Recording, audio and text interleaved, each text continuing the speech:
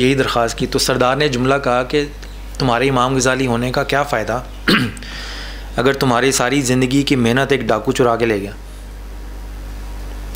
तो इमाम गज़ाली कहते हैं उस दिन मुझे समझ में आई कि नॉलेज वो होता है जो आपके दिमाग में हो, ना कि आपकी नोटबुक में। ठीक है, तो इस वाक़े को सुना के मैं ये आपको टिप दूंगा कि विजुअल एड्स पे कभी भरोसा ना करें, तैयारी ज़रूर रखें, मगर बैक एंड पे ये सोचें कि अगर लाइट चली गई, अगर आपका कंप्यूटर ख़राब हो गया, तो क्या आप सारी प्रेजेंटेशन ज़ुबानी देने की प्रैक्टिस आपने की हुई है? यानी आपने विजुअल एड के साथ स्लाइड्स बना ली, सब कुछ ठीक है, मगर अपने टैलेंट को इन एड्स का मोहताज ना बनाइए।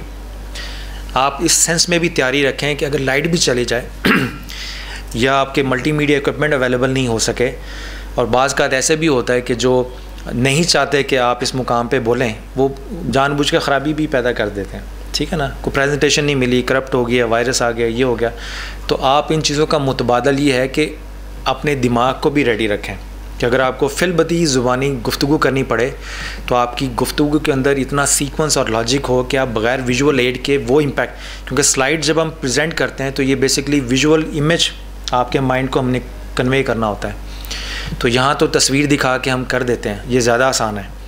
जब आप ज़ुबानी गुफ्तगू करेंगे, बात करेंगे, तो उसमें फिर आपको पिक्चर क्रिएट करनी पड़ती है लफ्ज़ों के सहारे।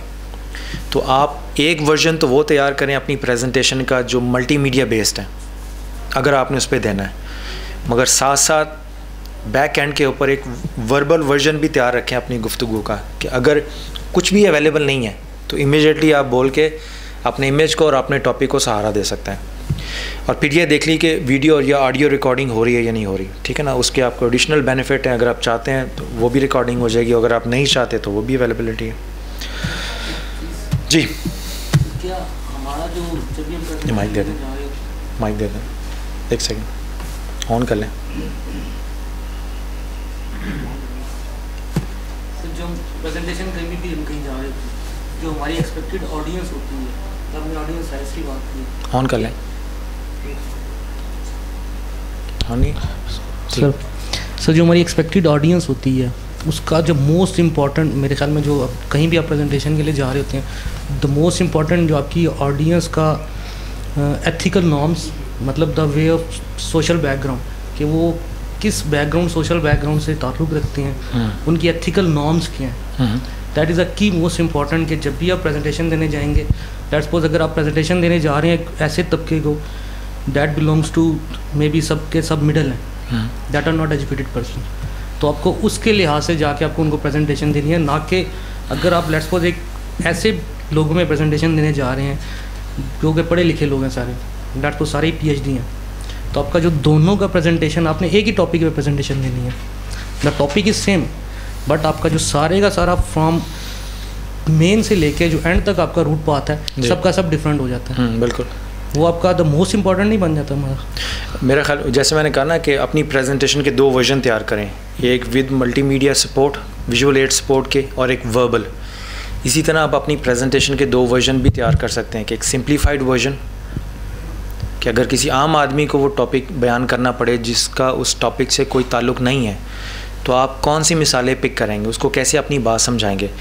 मेरे ख़्याल में जो मैं काबिलियत को डिफ़ाइन करता हूँ, वो काबिलियत ये नहीं है कि आप उस फील्ड से रिलेटेड टेक्निकल वर्ड्स में बात करने की अहलियत रखते हैं या नहीं रखते। मेरे नज़दीक काबिलियत ये होगी कि आप मुश्किल से मुश्किल टॉपिक को एक आम आदमी जिसका उस टॉपिक से कोई ताल्लुक़ नहीं है, क्या उसको समझा सकते हैं या नहीं समझा सकते। तो मेरे ख़्याल में जो आप ऑडियंस की नेचर को देखना और फिर टॉपिक्स को डिफ़ाइन करना, इसलिए मैंने कहा कि टॉपिक्स, ऑडियंस का अगर आपको पता हो ना कि इनका बैकग्राउंड क्या है, आपका पर्पज़ ऑफ क्या है, तो पर्पज़ को मद्देनज़र रख के आप फिर ये देखेंगे कि आपने इसी मौजू के ऊपर सिंप्लीफाइड वर्जन यूज़ करना है अपने टॉपिक का, या उसको एक्सपर्ट को देना। दोनों की माइंडसेट में डिफरेंस होगा, दोनों के पर्पज़ में डिफरेंस होगा। आगे जब हम आएंगे ना आगे, तो 1-2 स्लाइड में ये क्वेश्चन और ज़्यादा डिटेल से डिस्कस हो जाएगा। ठीक है, अच्छा, ये आपकी स्ट्रक्चर होगा प्रेजेंटेशन का, यानी आपकी ये बिल्कुल बुक की तरह, जैसे हमने स्टडी किया था, बुक के किताब के कितने हिस्से होते हैं। आप अगर किताब खोलें तो पहले मुकदमा होगा, उसमें किताब क्यों लिखी गई, किताब में कौन कौन सी ख़ास बात है, ठीक है, किताब का फोकस क्या है, वो सारा उसका पेश लफ्ज़ हो जाएगा, मुसन्निफ़ का मुकदमा हो जाएगा। जब आप ज़ुबानी बोल रहे हैं किसी मौजू के ऊपर, तो उस मौजू पर गुफ्तगू करने से पहले आप उसकी ओपनिंग यानी उसका पर्पस आप ऑडियंस को बता सकते हैं कि आज हम इस मौजू पर क्यों गुफ्तगू कर रहे हैं, इस मौजू पर और लोग भी अवेलेबल हैं गुफ्तगू करने के लिए, तो आपको क्यों चुना गया, या इस टॉपिक की हिस्टोरिकल बैकग्राउंड क्या है, उनको हिस्टोरिकल बैकग्राउंड से विज़िट करवा कर अब जो आपने नया पॉइंट देना उनको, जिस पे आप फोकस करवाना चाह रहे हैं, उनका लिंक और कनेक्शन इस्टेब्लिश हो जाएगा हिस्टोरिकल। यानी आपकी गुफ्तगू का जो पहला हिस्सा होगा वो इंट्रोडक्टरी होगा टॉपिक का, टॉपिक इटसेल्फ डिस्कस नहीं होगा, टॉपिक क्यों डिस्कस करना है इस पे डिस्कशन होगी, ठीक है। और फिर आपकी मेन प्रेजेंटेशन आ जाएगी, उसमें की आइडिया आ जाएगा, क्या की पॉइंट क्या है, सपोर्टिव एविडेंस क्या है। अच्छा, इसमें सबसे इम्पॉर्टेंट बात यह है कि अक्सर अच्छे प्रेजेंटर्स को अगर आप कहेंगे ना कि 1 मिनट के अंदर अपनी 2.5 घंटे की प्रेजेंटेशन को समराइज़ कर दें, अक्सर प्रॉब्लम में पड़ जाता है, क्योंकि माइंड में उन्होंने 2.5 घंटे लगा के पूरी सीक्वेंस के साथ प्रेजेंटेशन रखी होती है। तो आपकी प्रेजेंटेशन 2.5 घंटे की है, 4 घंटे की है, 1 मिनट आधे घंटे की है, हमेशा उसको 1 मिनट के वर्जन में ज़रूर समराइज़ करें, ठीक है। उससे क्या फ़ायदा होगा आपको कि आपको ख़ुद भी पता चल जाएगा कि मैंने असल मौजू क्या है जिसके ऊपर मेंटेन रखना है, और मैंने अपने आप को दलाइल में, मिसालों में गुम नहीं कर देना। जैसे आपके अक्सर डिपार्टमेंट अगर आपकी मीटिंग्स होती हैं तो एक स्टाफ मेंबर ऐसा है जो बहुत ज़्यादा गुफ्तगू करता है और हर कोई सोच में पड़ जाता है कि इसका मतलब ये कहना क्या चाह रहा है, ठीक है ना। तो वो बेसिकली एविडेंस में और मिसालों में पहले चला जाता है और की पॉइंट एंड पे रखा होता है। उससे कुरीदना पड़ता है कि अपना की पॉइंट बताओ, मेन मकसद बताओ जिसके लिए तुम ये सारी मिसालें दे रहे हो। तो अपना की पॉइंट अगर आप पहले रेडी रख लें, उससे होगा कि आपकी गुफ्तगू मुख्तसर हो जाएगी, मीटिंग्स शॉर्ट हो जाएंगी, और आपकी की पॉइंट को पहले बताने से हो सकता है आपका बॉस या आपका कुलीग सिर्फ इशारे का मुंतज़िर हो और वो आपकी बात की तह तक पहुंच जाए। तो मिसालें दे के और डिस्कशन को लंबा करके वजाहतें पेश कर के वो आपका सारा टाइम बच जाएगा। तो हमेशा पहले की कॉन्सेप्ट एक लफ्ज़ में या एक पैराग्राफ से ज़्यादा नहीं होना चाहिए, वो डिफ़ाइन कर लें। अब उसको ये देखें कि इसको साबित करने के लिए मुझे कौन कौन सी मिसालें और कौन कौन से दलाइल चाहिए। दलील बजाते ख़ुद कोई की पॉइंट नहीं होती, दलील किसी की पॉइंट को साबित करने के लिए हो सकती है। एक आर्गुमेंट हो सकता है एक पॉइंट को साबित कर रहा है, मगर एक ही आर्गुमेंट हो सकता है दूसरे 10 पॉइंट्स को भी साबित कर रहा हो। तो जब आप आर्गुमेंट या कोई मिसाल कोट करते हैं प्रेजेंटेशन में, तो उसको हमेशा अपने की पॉइंट के साथ लिंक किया करें। और बेहतरीन ये है कि पहले की पॉइंट बोला करें ताकि ऑडियंस को पता चल जाए कि अब आप जो आगे गुफ्तगू करेंगे वो किस फोकस के अंदर होगी, ठीक है। हम अक्सर क्या करते हैं कि मिसालें पहले कोट करनी शुरू कर देते हैं और एंड तक हमें ये पता नहीं चलता कि ये कहना क्या चाह रहा है। तो जितनी मेहनत हम मिसालों को इकट्ठा करके बयान करने पे करते हैं वो सारी ज़ाया हो जाती है।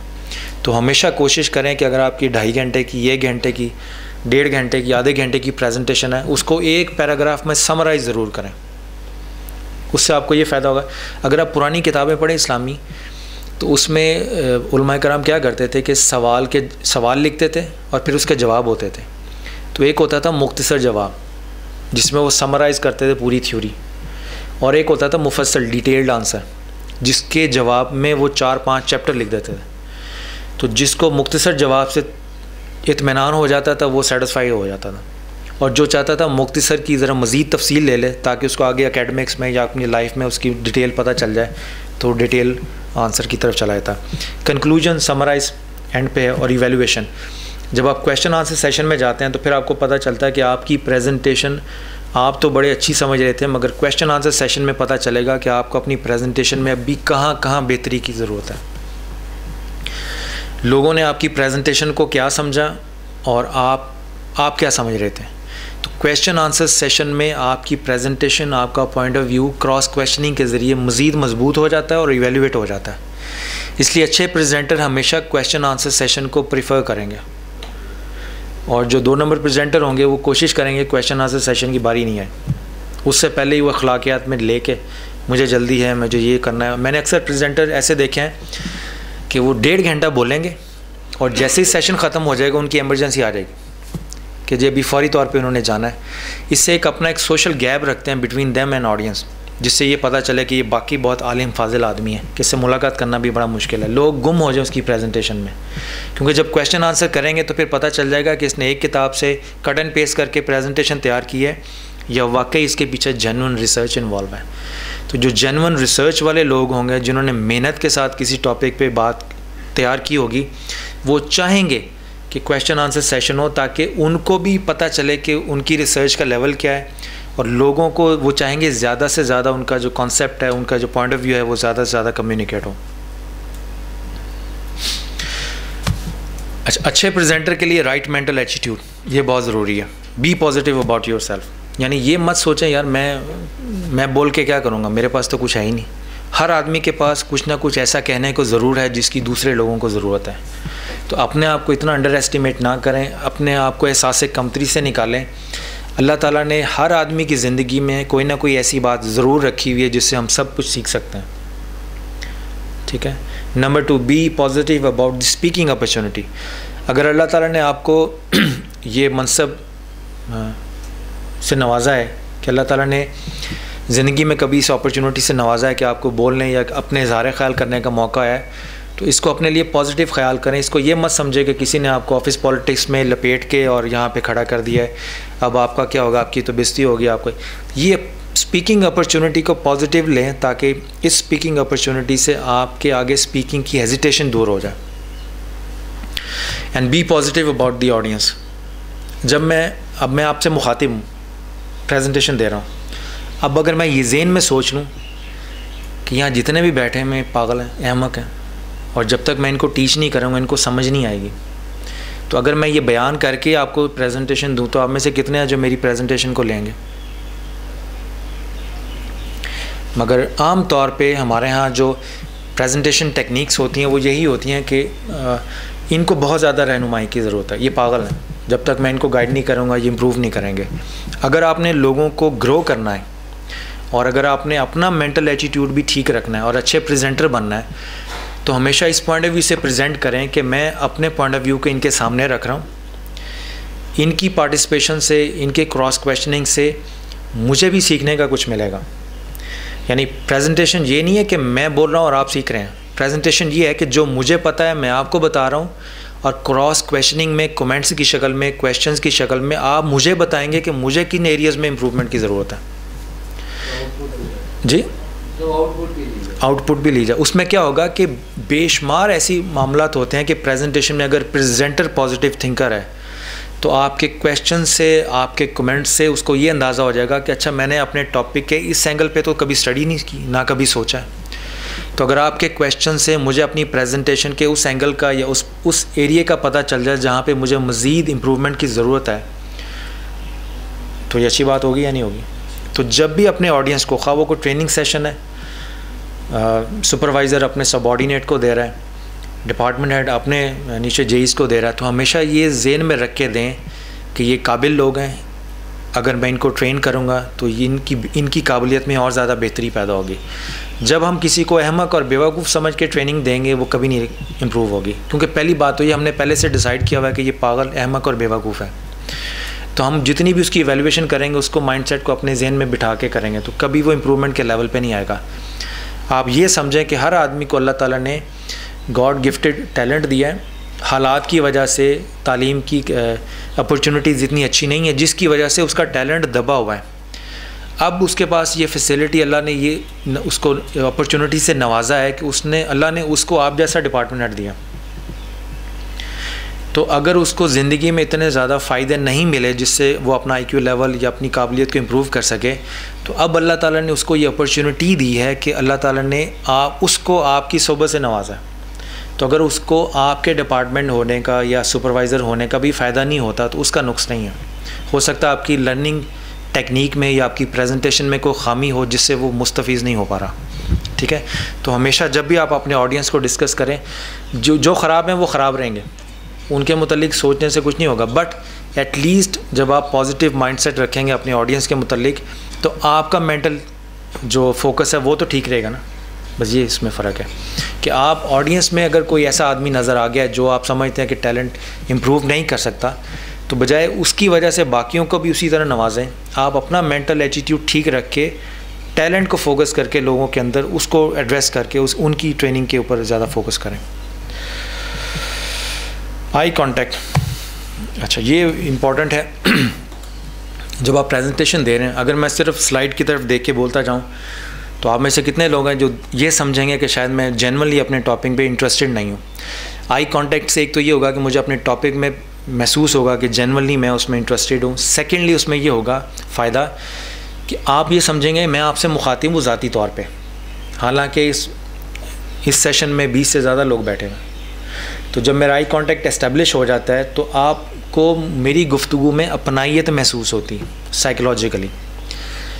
ये एहसास कि ये आदमी मुझसे मुखातिब हैं बावजूद इसके कि इस सेशन में 20 से ज़्यादा लोग हैं, ये एहसास उस आदमी को साइकोलॉजिकली और इंटेलेक्चुअली आपके साथ आपके टॉपिक में कनेक्ट कर देता है। तो आई कांटेक्ट का बड़ा इंपॉर्टेंट होना ज़रूरी है, ठीक है जी। इसमें कंसर्न एंड कनेक्शन शो करता है, हेल्प मेंटेन फोकस होता है।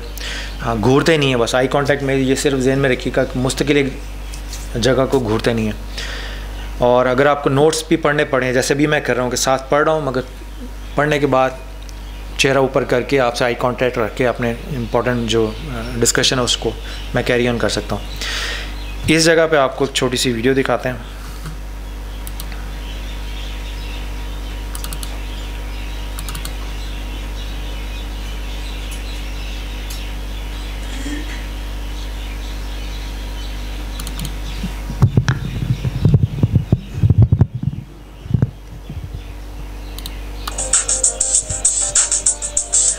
Contact is the #1 skill to reduce your nervousness. Now, the best way for you to implement eye contact is to connect with one person for a sustained thought.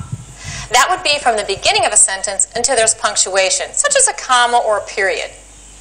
When you finish the sentence, you'll want to move your eyes to another person and repeat the process. Holding eye contact is the best way for you to gather your thoughts, think clearly, and remember what to say. Let's listen to my explanation of eye contact to a live group. Getting back to eye contact, it is the #1 thing that we teach. Here's the goal. The goal is to connect with individuals in the room. Whether there's 10 people or 100 people or 300 people. You've got to have eyeball-to-eyeball connection with individuals in the room. Now, where it becomes challenging is how long, okay? And is it too long? And if you look at one person, it seems like you're ignoring others. And all of those things conceptually seem true. But what I want you to be aware of, the goal is connecting with individuals in the room. When you connect with individuals in the room, what's going to happen for you is it's going to slow your speaking pace down. It's going to reduce non-words. It's going to help, as Amy indicated earlier, it'll help you maintain your train of thought. So it solves lots of problems. And what we'll do in this first videotaping is we're going to teach you how to do that in a relaxed fashion. Let's look at Pam. She shares that she is an experienced presenter. She likes to speak in front of groups. You can see that because she's got a warm smile. In her program, she stated she wanted to take her skills to her own next level. She has opportunities to speak to large crowds and would like to enhance her connection with the audience. Here's what I want you to pay attention to. You're going to notice her eyes are bouncing from one side of the room to the other just a little too quickly. Let's look at Pam before she has received any coaching and see how I can help her connect with her audience. My responsibilities are that of a generalist HR person who would come into an organization to provide the same kind of services that one would do if they were the HR person inside the organization. And I'm here because I do a lot of consulting, so one-on-one presentations. I do speaking in front of large groups for presentations regarding on HR topics. And I did this type of videotaping maybe 10 years ago in grad school, but you forget. So it's important to come back and really do it again and again. You can never get enough practice. Here's what I told Pam. She wants to have a stronger connection with the individuals in the room. Her problem is she's trying to look at everyone in the room, but not really connecting with any one person. Pam shared she's from the consulting industry, so we told her to recreate a consulting environment. I said, talk to one person at a time as if you were coaching them. Then, once you've finished with this person, slowly move your eyes to the person sitting next to them and conduct another short coaching session. I told her to avoid jumping her eyes from one side of the room to the other side in the middle of a sentence. The goal is to connect with a small group of people, then slowly work your way to the other side of the room. Let's watch Pam now that she's had some practice. It's very important that you treat each complaint seriously. It doesn't matter if you believe the complaint actually occurred or not. What's important is that each complaint, should it come to you, you treat it seriously. More than anything, I'd like to emphasize the importance of good documentation. It doesn't matter if you do it on a computer or if you handwrite the documentation, as long as you document it and document it thoroughly. Huge improvement for her. She changed just one skill, and that was eye contact. It increased her connection with the audience immediately. Notice she was moving over to people. We didn't tell her to do that. She naturally finished her sentence on one person and then moved to the next person. We didn't tell her to do that. Eye contact increased Pam's connection with the individuals in the room.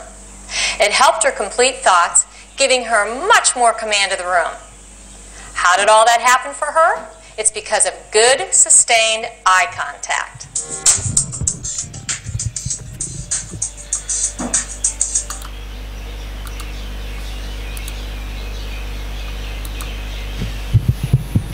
इसको summarise करेगा video में क्या message था basically? आपको eye contact maintain रखना चाहिए ताकि audience को आप एक तो बहुत ज़्यादा नहीं, मतलब अगर आप अपना आई कांटेक्ट बहुत ज़्यादा घुमाएंगे ना तो किसी के साथ कनेक्ट नहीं हो पाएंगे। तो कोशिश करें एक दो लोगों के साथ थोड़ी देर के लिए आई कांटेक्ट इस्टेब्लिश हो जाए। एक आदमी से या एक ग्रुप से स्मॉल लोगों से आई कांटेक्ट इस्टेब्लिश करके फिर आप मुंह दूसरी तरफ करके। Main purpose of eye contact is to connect, is not to look. ये ज़हन में रख लीजिएगा। कनेक्टिविटी अगर इस्टेब्लिश नहीं होती तो देखने का कोई फ़ायदा नहीं है, ठीक है। अब हम आगे चलते हैं। Let's say this is the important one. हमारे पास हमारे ऑडियंस में एक स्टूपिड पार्टिसिपेंट भी है। Now the question is how do you identify कि ये स्टूपिड है?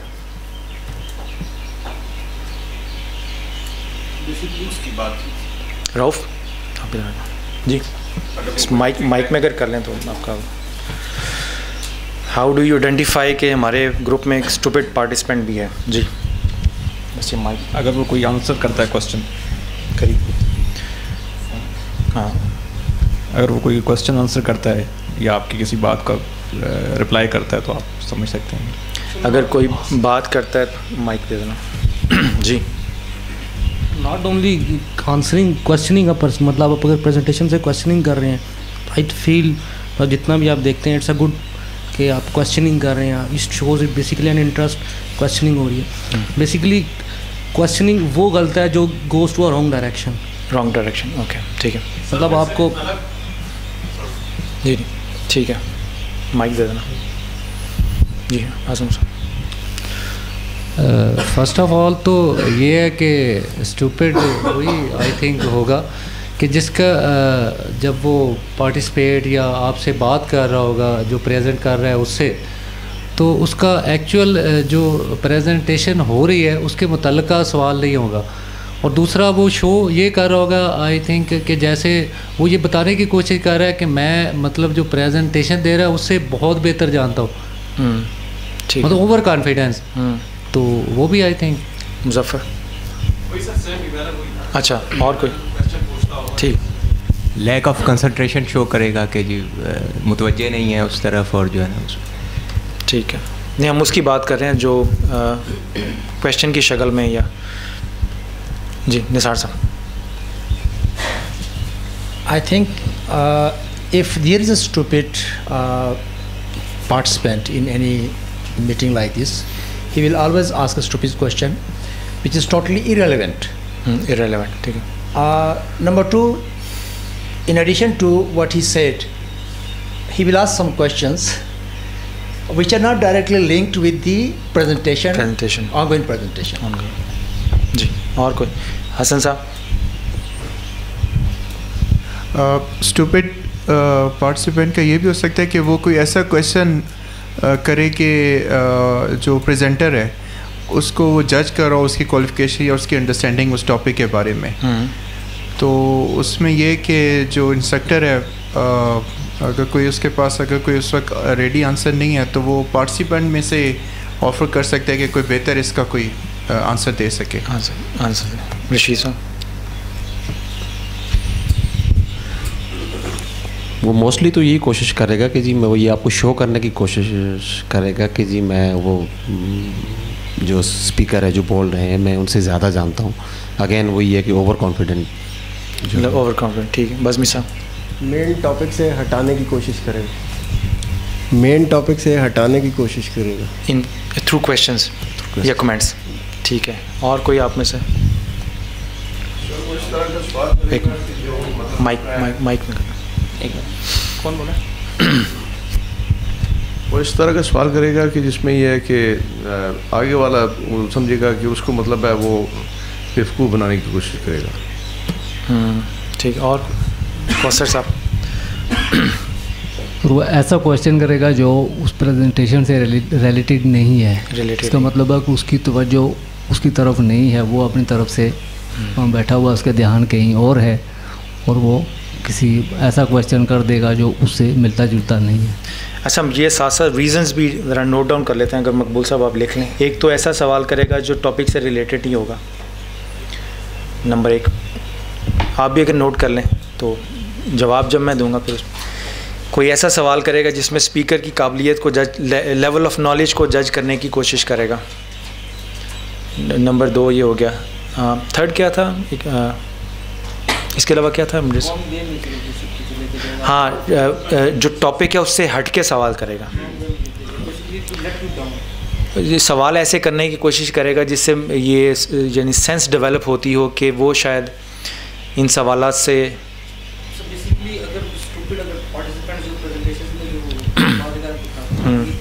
आपकी वो पार्टिसिपेंट्स जो किसी और एंगल से आपकी प्रेजेंटेशन को बेसिकली आपकी पर्सनालिटी के ऊपर डिपेंड सेट करने की ट्राई करते हैं, यानी टॉपिक से हट के आपकी पर्सनालिटी के मुतालिक क्वेश्चन ज़ातियात पे हो जाएगा। ठीक है जी। इसमें हम ये भी कवर कर सकते हैं कि अक्सर लोग होते हैं जो हंस रहे होते हैं जी जी, यानी क्वेश्चन ना कर रहे हो लेकिन हंस रहे होते हैं या बीच में आ जा रहे हो, कंसंट्रेशन से ना सुन रहे हो, वो भी इसमें कवर हो रहा है स्टूपिड पार्टिसिपेंट में। हम ये अज्यूम कर रहे हैं कि बिल्कुल फोकस्ड एनवायरनमेंट जिस तरह हमारा है अभी, ठीक है ना, तो हम ही में से डिसाइड करें कि स्टूपिड कौन होगा, इसमें ना कोई आ रहा है ना कोई जा रहा है, ठीक है ना।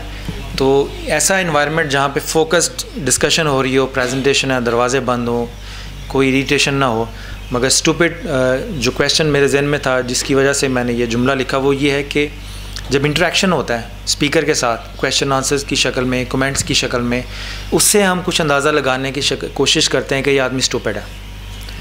तो हम इसको ज़रा फोकस्ड रख के समझने के पॉइंट ऑफ व्यू से टॉपिक को कि वो आदमी जो सवाल इस तरह का करे जिससे हमें सेंस ये लगे कि ये स्टूपिड है, या वो कोई कमेंट ऐसा कर दे जिससे हमें आइडिया हो कि ये स्टूपिड है।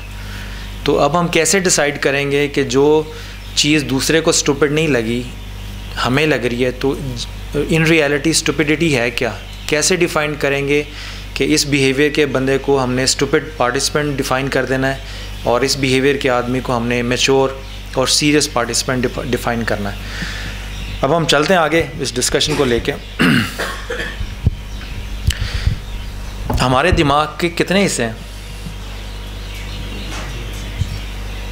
अब हम स्टूपिडिटी को डिफ़ाइन कर रहे हैं ना, तो उसको जिस जहाँ से निकलती है उसको देख रहे हैं। हमारे दिमाग के कितने हिस्से हैं जी? 2? मलिक साहब कह रहे हैं 2। आराम मगर बंदर के कितने होते हैं? एक दुम को कंट्रोल करते हैं। अच्छा, जो लेटेस्ट साइकोलॉजिकल और डेवलपमेंट्स हैं वो ये हैं कि हमारे दिमाग के 2 हिस्से होते हैं, उसको बोलते हैं left brain right brain theory. जो हमारे दिमाग का लेफ़्ट साइड है वो लॉजिक, सीक्वेंस, रैशनल, यानी वो मंतक, जो डेटा, यानी ये अकाउंटेंट का माइंड सेट है लेफ़्ट ब्रेन, जो नंबर्स को डील करते हैं। बड़ी खुश डिस्कशन है। तो जो लॉजिकल पर्सनालिटी की खूबियां हैं उसको लेफ़्ट ब्रेन जो है वो कंट्रोल करता है।